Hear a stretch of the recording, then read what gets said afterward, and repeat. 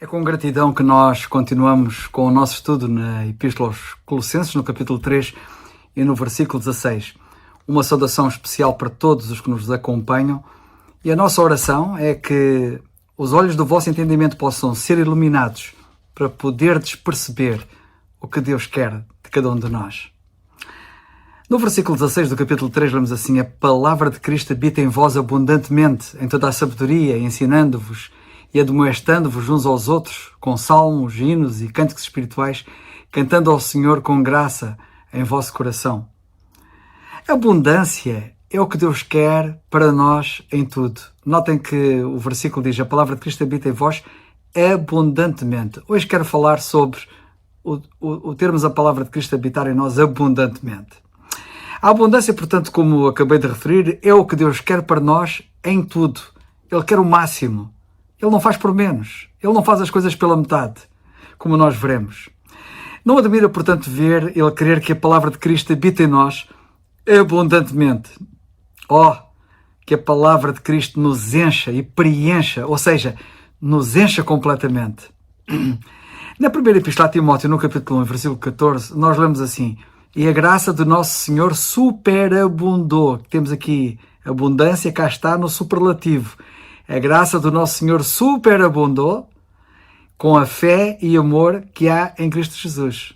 Quanta gratidão ao nosso Deus por Ele ter abundado em graça no superlativo para conosco, a fim de nos salvar. De facto, Ele realmente age em graça com abundância super. Ou seja, ou dito de outra maneira, a graça dele é super abundante para connosco. Em Efésios, no capítulo 1, versículos 7 e 8, nós lemos assim: em quem temos a redenção pelo seu sangue, a remissão das ofensas, segundo as riquezas da sua graça, que ele fez abundar para connosco, em toda a sabedoria e prudência. E cá temos outra vez o abundar. Quanta gratidão por ele ter abundado para connosco em riquezas de graça para nos perdoar, como vemos nesta passagem. A remissão das ofensas, segundo as riquezas da sua graça, que ele fez abundar para connosco. Em Tito, no capítulo 3, versículos 5 e 6, nós lemos assim: não pelas obras de justiça que houvéssemos feito, mas, segundo a sua misericórdia, nos salvou pela lavagem da regeneração e da renovação do Espírito Santo, que abundantemente ele derramou sobre nós, por Jesus Cristo, nosso Salvador. Em suma, do que nós lemos disto tudo, vemos aqui o Espírito Santo que abundantemente ele derramou sobre nós. É verdade. Ele derramou abundantemente o Espírito Santo sobre nós. Quanta gratidão por ele ter abundado para connosco na dádiva do seu Espírito, a ponto de nos podermos encher do Espírito. Não está escrito enchei-vos do Espírito? Devemos ser gratos a Deus por tanta abundância que ele nos deu do seu Espírito. E lemos isso em Efésios 5:18. No capítulo 3 e versículo 20 da mesma passagem em Efésios, nós lemos assim: ora, aquele que é poderoso para fazer tudo muito mais abundantemente, e cá temos outra vez a abundância. Aquele que é poderoso para fazer tudo muito mais abundantemente, além daquilo que pedimos ou pensamos, segundo o poder que em nós opera, é Ele, glória, etc. Quanta gratidão por Ele ser poderoso para fazer tudo muito mais abundantemente, além das nossas orações e até das nossas imaginações. Porque Ele faz tudo muito mais abundantemente, além do que pedimos, das nossas orações. Portanto, há coisas que nós não pedimos que Ele dá, e é em abundância, e até coisas que nem nos passam pela imaginação. Em Efésios, no capítulo 2 e no versículo 7, nós lemos: para mostrar nos séculos vindouros as abundantes riquezas da sua graça, pela sua benignidade para connosco em Cristo Jesus. E aqui lemos que Ele vai nos mostrar nos séculos vindouros as abundantes riquezas da sua graça. Quanta gratidão por Ele ter para nós riquezas da sua graça, que será necessária a eternidade para nos revelar, de tão eternas que estas riquezas são. Deus quer para nós o máximo da palavra. A palavra de Cristo habita em vós abundantemente, é o que lemos na nossa passagem. Ele quer o máximo da palavra, como quer para nós o máximo do seu amor. É verdade. Ele revelou o máximo do seu amor para connosco. Deus deu-nos o máximo do seu amor. Notemos a abundância do seu amor para connosco em João 3,16. Porque Deus amou o mundo de tal maneira, e agora fixemos esta expressão, de tal maneira. Deus amou o mundo de tal maneira que deu o seu Filho unigênito, para que todo aquele que nele crê não pereça, mas tenha a vida eterna. Ora, um amor de tal maneira para connosco requer da nossa parte, igualmente, uma ação de evangelização para os outros de tal maneira também. Notemos, porque a ação evangelística da nossa parte é reflexo da ação evangelística da parte de Deus para connosco. Porque se nós fomos salvos pela sua graça, agora devemos revelar a sua graça, a mesma graça que Ele nos revelou a nós, a outros, porque é essa a sua intenção. E é assim que nós somos seus embaixadores. Notemos a abundância que devemos revelar na evangelização. Em 1 Tessalonicenses capítulo 1, versículo 8, lemos assim: porque por vós soou a palavra do Senhor, não somente na Macedónia e Acaia, mas também em todos os lugares, a vossa fé para com Deus se espalhou de tal maneira, e cá temos a expressão de tal maneira, tal abundância, se expressou de tal maneira que já dela não temos necessidade de falar coisa alguma. De tal maneira, relacionado com a evangelização, também surge em 1 Coríntios capítulo 9 e versículo 24, quando lemos: não sabeis vós que os que correm no estádio, todos, na verdade, correm, mas um só leva o prémio? Correi de tal maneira que o alcanceis. A grande questão aqui é: qual é o prémio? Não sabeis que os que correm no estádio, todos, na verdade, correm, mas um só leva o prémio? Correi de tal forma, de tal maneira que o alcanceis, o prémio? Qual é o prémio que ele está aqui a referir-se? Pelo qual nós devemos correr de tal maneira, segundo Paulo. Na primeira carta aos Coríntios, no capítulo 9, versículo 18, portanto, uns versículos atrás, ele diz: logo que prémio tenho, que evangelizando, proponha de graça o Evangelho de Cristo, para não abusar do meu poder no Evangelho. O prémio é evangelizar. Como o nosso comportamento seria diferente se olhássemos para a evangelização, para o ato de evangelizar como sendo um prémio? O prémio é a evangelização. E quantos evangelizariam muito mais se soubessem o prémio que tal ação traz àquele que evangeliza?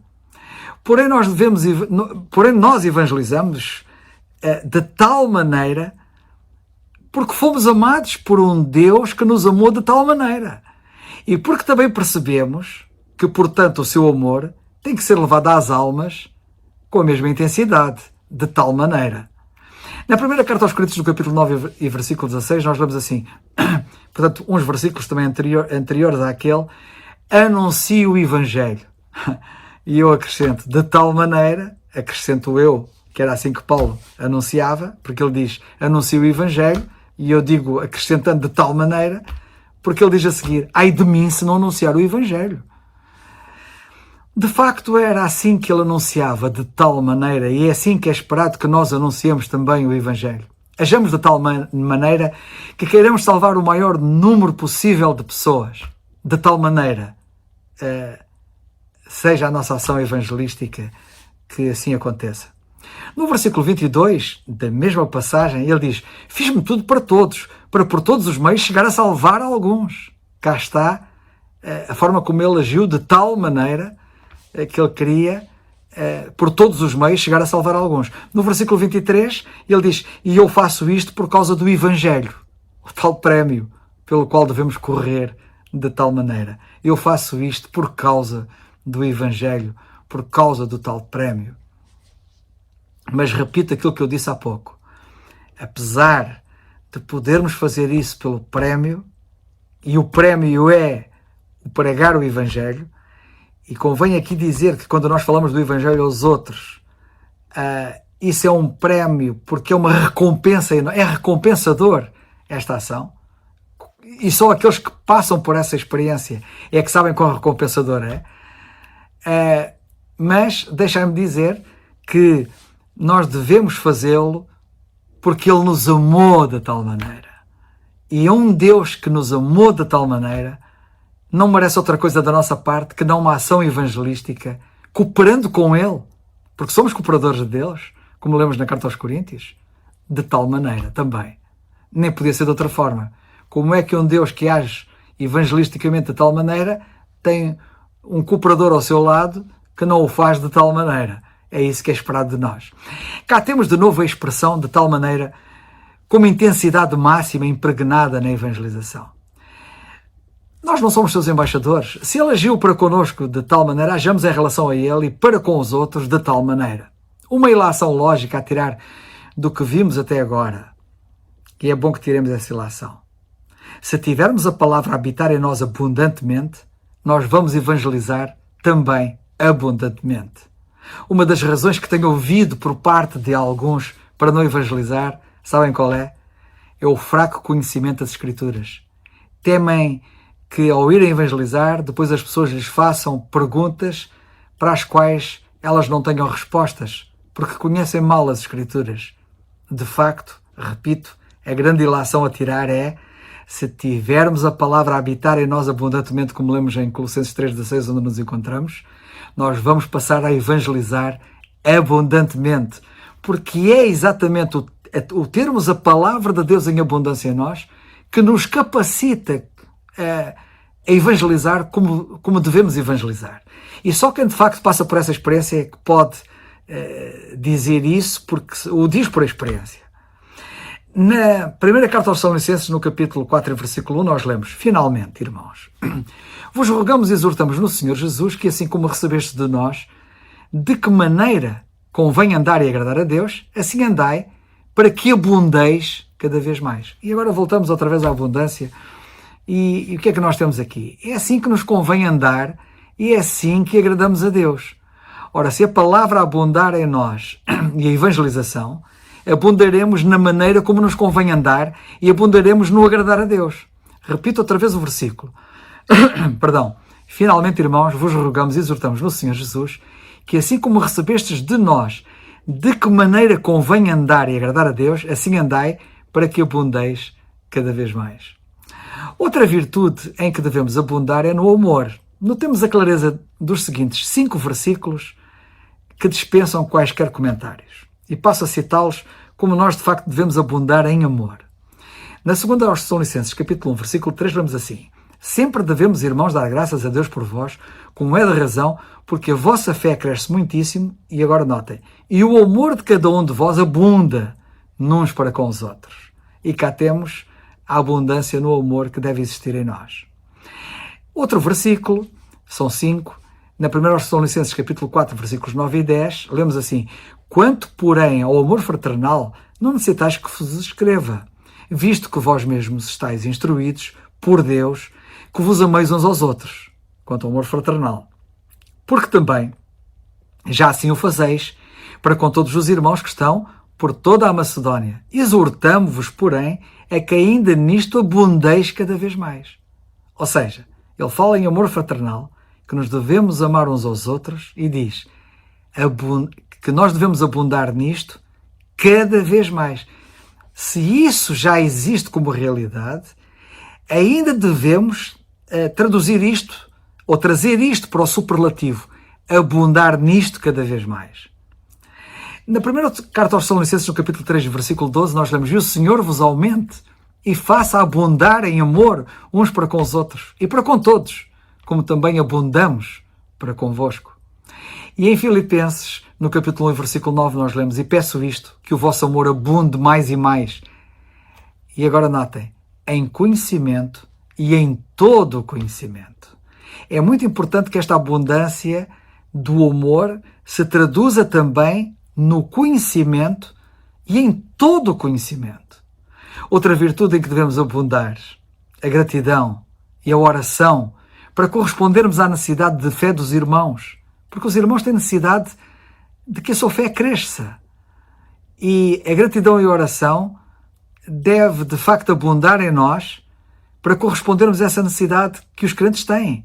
Uma das características do descrente é a ingratidão. Nós lemos de homens ingratos, por exemplo, como nós sabemos. Mas o que deve caracterizar o crente não é simplesmente a gratidão, mas a abundância de gratidão. Vamos ver o que lemos em 1 Tessalonicenses 3, versículo 9. Porque que ação de graças poderemos dar a Deus por vós? Por todo o gozo que nos regozijamos por vossa causa diante do nosso Deus, orando abundantemente dia e noite, para que possamos ver o vosso rosto e supramos o que falta à vossa fé. E cá temos a oração abundante, orando abundantemente dia e noite, para que supramos o que falta à vossa fé, e cá temos a importância de orar abundantemente para suprir o que falta à fé dos crentes. Mas esta oração, é curioso, pelo contexto, tem a ver com a ação de graças. Porque que ação de graças poderemos dar a Deus por vós? Orando abundantemente. Portanto, esta oração é uma oração impregnada da ação de graças. E nós, de facto, devemos orar com muita gratidão. Devemos orar com muita gratidão. E é essa oração em espírito de gratidão que nos habilita a podermos suprir o que falta à fé dos crentes.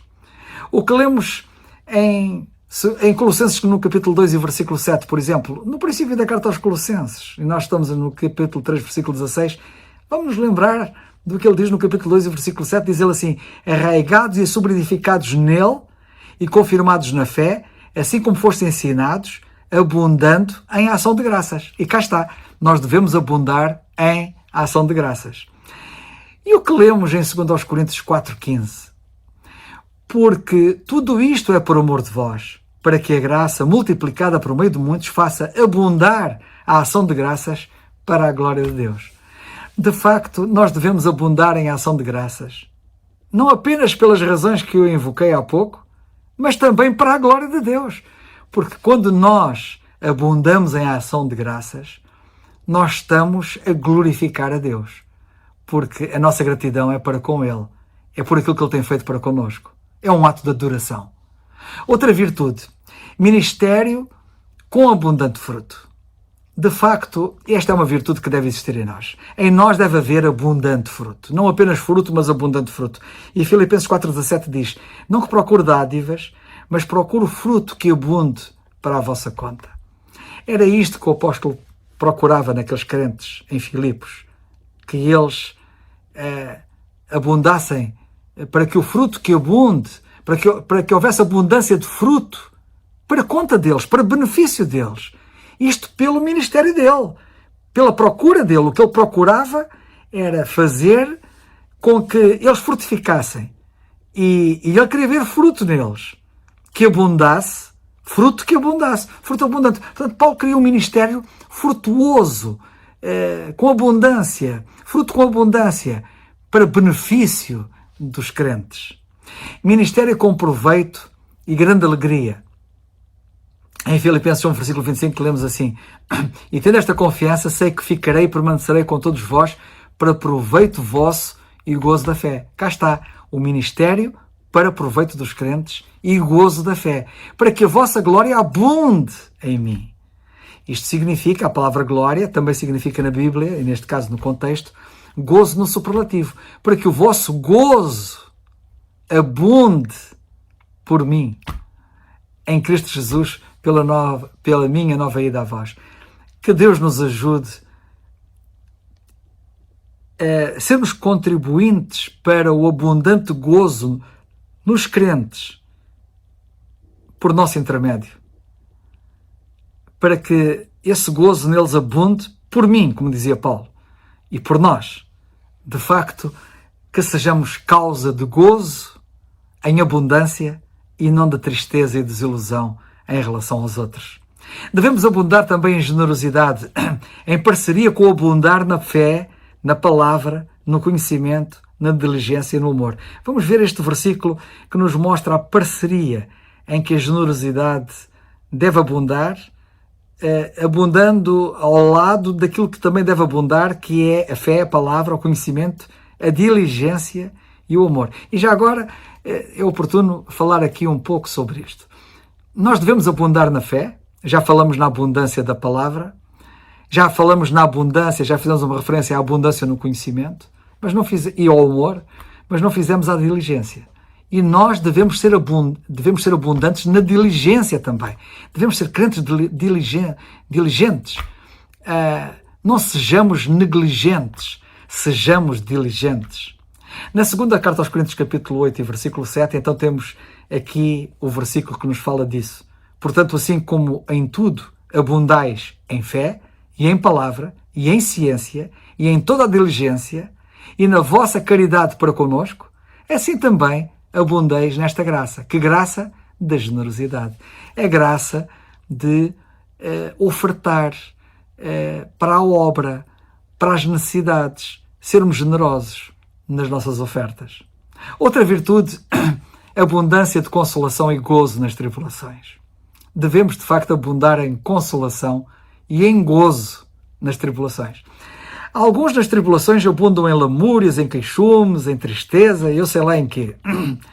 Mas é possível, e é isto que Deus quer ver em mim e em ti, abundância de consolação e gozo nas tribulações. E convém aqui dizer que todos nós temos tribulações. Não há ninguém que esteja isentado de tribulações, porque por muitas tribulações nos importa entrar no reino de Deus. Na segunda carta aos Coríntios, capítulo 7, versículo 4, diz o apóstolo: grande é a ousadia da minha fala para convosco e grande a minha jactância a respeito de vós. Estou cheio de consolação, superabundo de gozo em todas as nossas tribulações. Não era em algumas, era em todas. Em todas ele estava cheio de consolação e superabundava de gozo. Não queres conhecer qual é o segredo para, passando por tribulações, por todas elas, estás cheio de consolação e superabundares de gozo? Que Deus nos ajude a percebermos isto. Se te encheres da palavra de Cristo, se a palavra de Cristo abundar em ti, tu vais ver como é fácil isso acontecer. Na segunda carta aos Coríntios, capítulo 1, versículo 5, lemos perdão, porque como as aflições de Cristo abundam em nós, assim também a nossa consolação abunda por meio de Cristo. Maravilhoso. Outra virtude, abundar em esperança. Como é que está a tua esperança? Se nós não temos gozo e paz, não queremos que o Senhor venha, naturalmente. Se eu estou triste e atribulado, preocupado, sem paz, agitado, ansioso, eu não quero que o Senhor venha e me encontre nesse estado, naturalmente. Mas notem o que diz Romanos 15:13. Ora, o Deus de esperança vos encha de todo o gozo e paz. Como é que está a minha esperança? Quando nós, de facto, amamos a vinda do Senhor, nós somos cheios de gozo e de paz, em crença, para que abundeis em esperança, pela virtude do Espírito Santo. Em conclusão, na primeira carta aos Coríntios, no capítulo 15, versículo 58, lemos assim: portanto, meus amados irmãos, sede firmes e constantes, sempre abundantes na obra do Senhor. E cá está a abundância. Sempre abundantes na obra do Senhor, sabendo que o vosso trabalho não é vão no Senhor. Sim, o Senhor veio para termos vida abundante, como lemos em João 10:10. Eu vim para que tenham vida, disse o Senhor, e vida com abundância.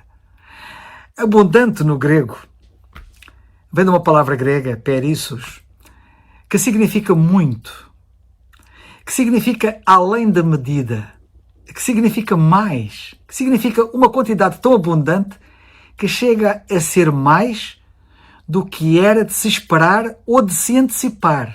Significa superabundante em quantidade ou superior em qualidade. De facto, a vida que o Senhor tem para nós é qualquer coisa.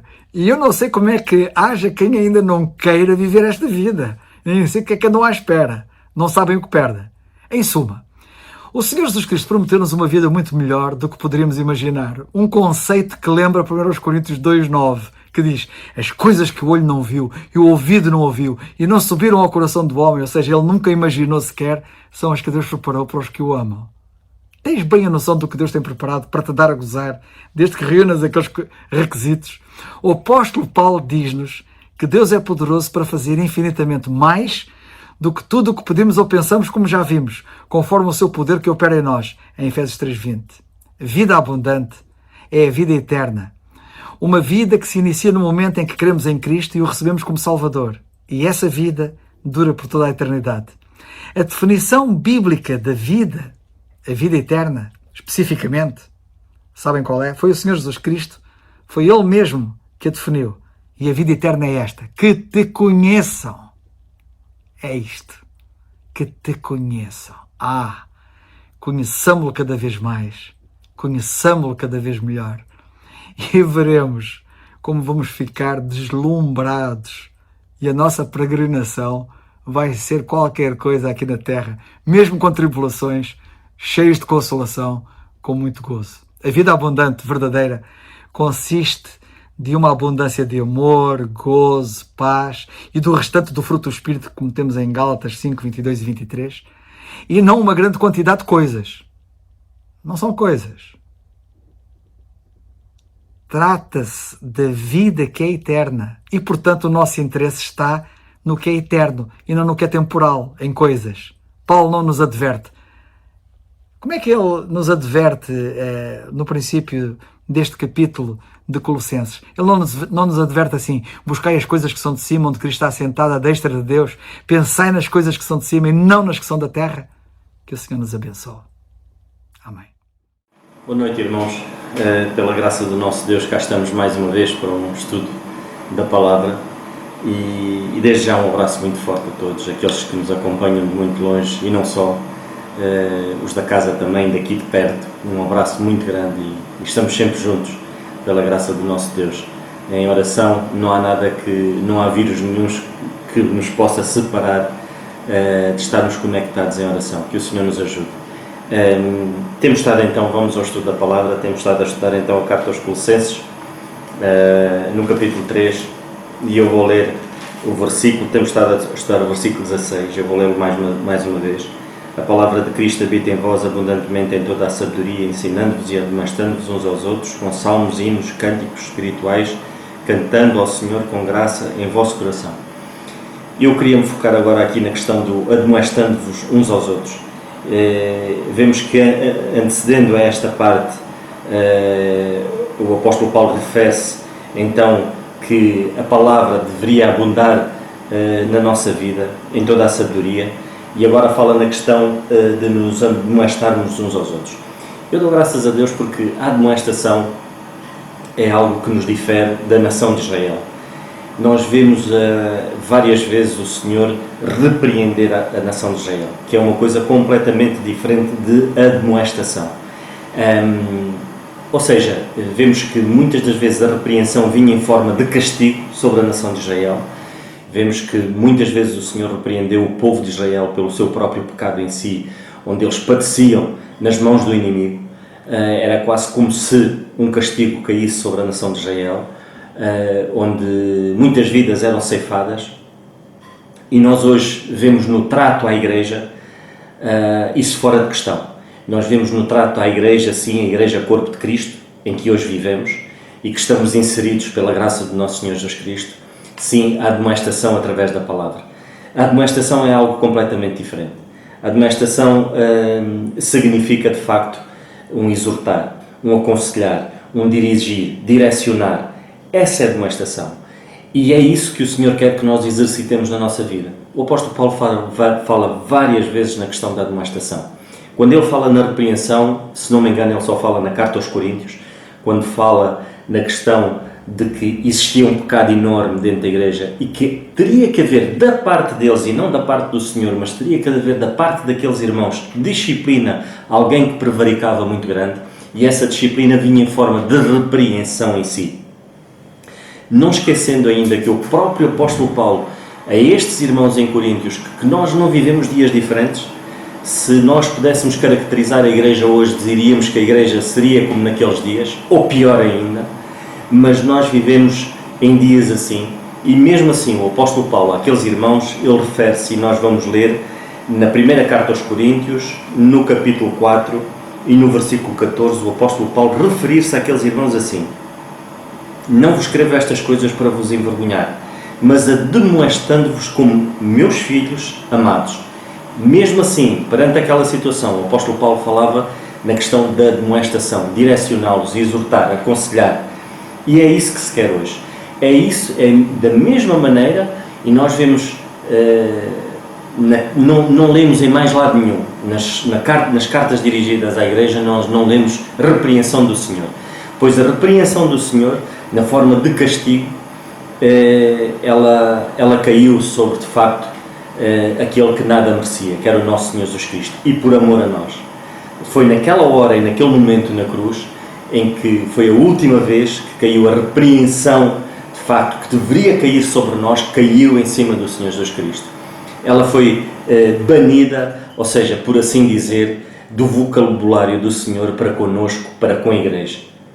O Senhor Jesus Cristo levou essa mesma repreensão nos seus ombros, naquela hora e naquele momento, para que nós, de facto, hoje ganhemos a admoestação do Senhor, a orientação, a exortação, o aconselhamento.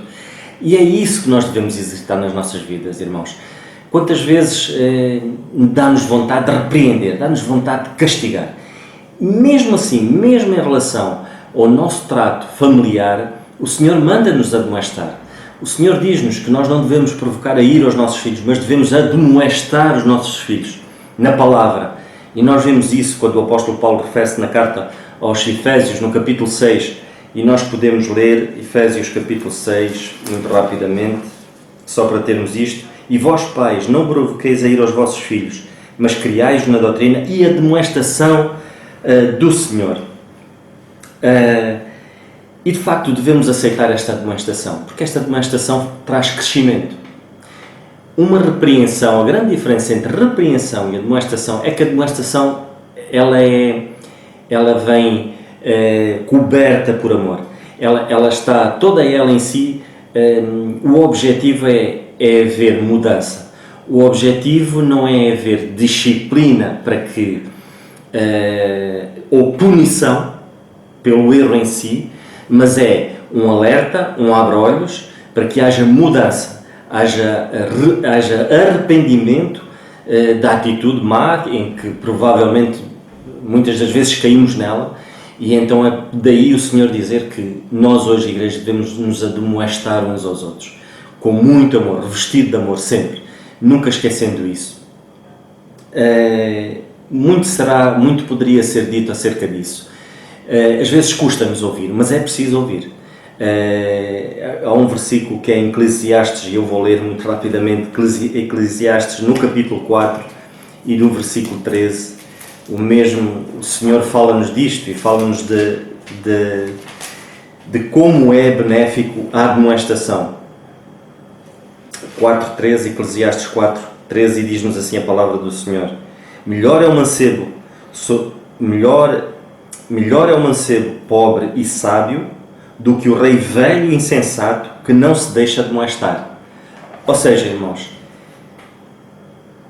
é tão bom quando nós percebemos que a admoestação vinda do Senhor e vinda de homens de Deus, o objetivo é produzir algo em nós melhor. O objetivo não é crucificar-nos ou deitar-nos abaixo ou humilhar-nos, não, pelo contrário. O objetivo é que haja sempre mudança.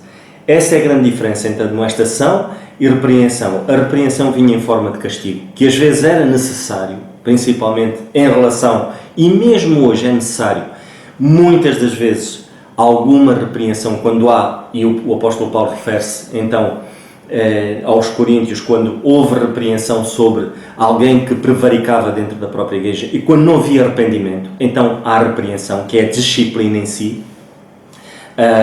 Mas que não seja assim, irmãos, que não seja preciso haver repreensão em nós, mas sim possamos ser admoestados primeiramente para que haja mudança nas nossas vidas. Eu dou graças a Deus pela palavra do Senhor, porque ela é tremenda, ela de facto é algo, e nós hoje vivemos dias que privilegiamos, somos privilegiados pela sua graça, pela sua abundante graça, de que ela está revestida de amor. Até nisto vemos a grande diferença entre a nação de Israel e a Igreja Corpo de Cristo. Vemos de facto que o Senhor hoje dá-nos um trato diferente, que o Senhor nos ajude, mas isso responsabiliza-nos ainda mais, irmãos. É de responsabilidade ainda maior nós percebermos que o Senhor requer de nós mudança. Para além de haver ali um aconselhamento, Ele quer que haja mudança em nós. Ele anseia por essa mudança, porque só existe crescimento quando há mudança, só existe crescimento quando há reconhecimento, só existe crescimento quando nós ouvimos essa mesma palavra. Que o Senhor nos ajude, irmãos, e que possamos estar firmes e cientes de que a admoestação faz parte do nosso crescimento espiritual. Ela é necessária E é preciso estarmos atentos. Como lemos agora neste versículo em Eclesiastes, mais sábio é o jovem que ouve uma admoestação do que um rei em que não quer saber da admoestação para nada. O nosso orgulho, muitas das vezes, infelizmente, faz com que nós não possamos ouvir a palavra do Senhor, a admoestação do Senhor. Queremos estar mais focados na nossa própria opinião, no nosso próprio conceito do que é certo, do que é errado, do que ouvirmos a palavra de Deus. E aí não ouvimos, e isso limita e atrofia o nosso crescimento espiritual. Que o Senhor nos ajude, irmãos. Um abraço muito forte a todos, sempre juntos, neste bom combate. Um abraço. Graças a Deus por sua palavra e por esse momento onde podemos estudar as Escrituras. Colossenses capítulo 3, no verso 16. A palavra de Cristo habita em vós abundantemente, em toda sabedoria, ensinando-vos, admoestando-vos uns aos outros, com salmos, hinos, cânticos espirituais, cantando ao Senhor com graça em vossos corações. Ainda nesta passagem de Colossenses 3,16, destacando agora a maneira sábia de abordar e de praticar a palavra de Deus. Quantas vezes já presenciamos e vivenciamos situações onde algumas pessoas acabam se irritando, ficando irritada, ou mesmo ofendidas por uma palavra, um versículo, ou até um gesto, talvez fora do tempo, talvez colocado de maneira inoportuna. Sim, a palavra de Deus, a Bíblia, os versículos são um alento, são motivadores, são renovadores, mas muitas vezes precisamos fazer uma leitura daquilo que está acontecendo à nossa volta. E antes de proferir a palavra, entender como ela vai ser recebida pela pessoa que nós sentimos que precisa ouvir aquela palavra. Porém, muitas vezes esta palavra que achamos que está sendo dita a palavra de Deus, acabamos desobedecendo a própria palavra de Deus por não saber manejar, não saber aplicar. Bom, como uma ilustração prática, nós podemos apenas imaginar uma situação, uma criança com uma faca na mão. Uma criança com uma faca na mão é um perigo, pode cortar o rabo do cachorro, pode colocar a faca numa lâmpada para testar, pode fazer estragos. E se você chegar de uma maneira nervosa, de uma maneira autoritária, pedir aquela faca, a criança pode se assustar e jogar a faca. Aí, machucando mais ainda. Muitas pessoas estão assim na vida, tratando a palavra de Deus de maneira imatura. E aí acontece aquilo que a própria Escritura adverte: os neófitos na fé.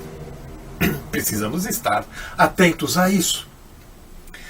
Queremos destacar aqui duas palavras importantes que aparecem aqui no verso 16 de Colossenses 3. Habite a palavra de Cristo no vosso coração, já estamos estudando isto, em sabedoria, ensinando-vos e admoestando-vos, ou aconselhando. Primeira palavra a ser destacada é ensinar, que vem a nossa palavra didática. Para isso temos que ter didática, ou seja, temos que ter técnica, precisamos ter percepção, dar instrução, ensinar, expondo, explicando doutrinas. Isso é muito importante porque a doutrina certa produz a conduta correta. A palavra que aparece nas nossas Bíblias, admoestar, no original ela pode ser traduzida e entendida como aconselhar, noutetos. Esse noutético, ela é a forma de exortar, encorajar, incentivar, alertar. Como nós podemos então ensinar, aconselhar o irmão? Bom, podemos fazer de várias maneiras, Mas se a palavra de Cristo não for aplicada, vai ser a nossa palavra. E quando é a nossa palavra que está em jogo, o estrago pode ser inevitável. O sentido aqui é de correção, é de admoestação. Podemos destacar aquilo que Paulo escreveu na primeira carta aos Tessalonicenses, capítulo 5, no verso 14. Rogamo-vos também, irmãos, que admoesteis os desordeiros, consoleis os de pouco ânimo, sustentei os fracos e sejais pacientes para com todos. Perceba que a mera opinião minha, ou uma filosofia de vida que eu pratico, não vai produzir resultados bons e positivos na vida daquele irmão ou daquele que está próximo de mim. Por isso, a palavra de Deus, Paulo aqui, adverte que nós temos que estar com o coração habitando a palavra de Cristo. Habitar no sentido de pertencer, no sentido de fazer parte da minha vida, a palavra de Cristo. E é esta palavra que eu devo, então, compartilhar com os outros. E não ficar meramente falando sobre opiniões, achismo, o que eu acho, o que eu penso, ou o que o outro pensa. Isso não vai produzir muitas coisas. O pior de tudo é que na cristandade que nós vivemos hoje, a sua grande maioria de teólogos famosos pregam uma orientação estéril, vazia, porque a sua psicologia, a sua filosofia não está raizada, embasada na palavra de Deus e não vai produzir os resultados almejados e desejados. Isso vai produzir erros, tropeços, desilusões e amargo gosto de uma vida frustrada. Mateus, no capítulo 15, no verso 14, o Senhor Jesus dá um alerta sobre estes religiosos, os fariseus da época e também os fariseus da nossa época. Ora, se um cego guiar outro cego, ambos cairão na cova. E veja que ele está falando de religiosos, aqueles que acham, que pensam, que entendem e que sabem interpretar todas as Escrituras e têm uma experiência com Deus. O pior tudo, nós vamos encontrar o texto de Isaías, no capítulo 8, no verso 20, do profeta do Antigo Testamento. A lei e ao testemunho, se eles não falarem segundo esta palavra, é porque não há luz neles. O contexto de Isaías, capítulo 8, mostra que o povo estava procurando orientação, procurando alívio, procurando um aconselhamento nos guias espirituais, nos adivinhos, nos bruxos, em tantas coisas místicas, mas não estavam procurando na palavra de Deus. E é esta palavra viva que pode transformar qualquer coração endurecido, rebelde, qualquer pessoa teimosa, vai nascer novamente através da palavra de Deus, a palavra viva. A palavra de Cristo é palavra de luz. Lâmpada para os meus pés é a tua palavra. Luz para os meus caminhos, o Salmo 119, no verso 105. A sabedoria,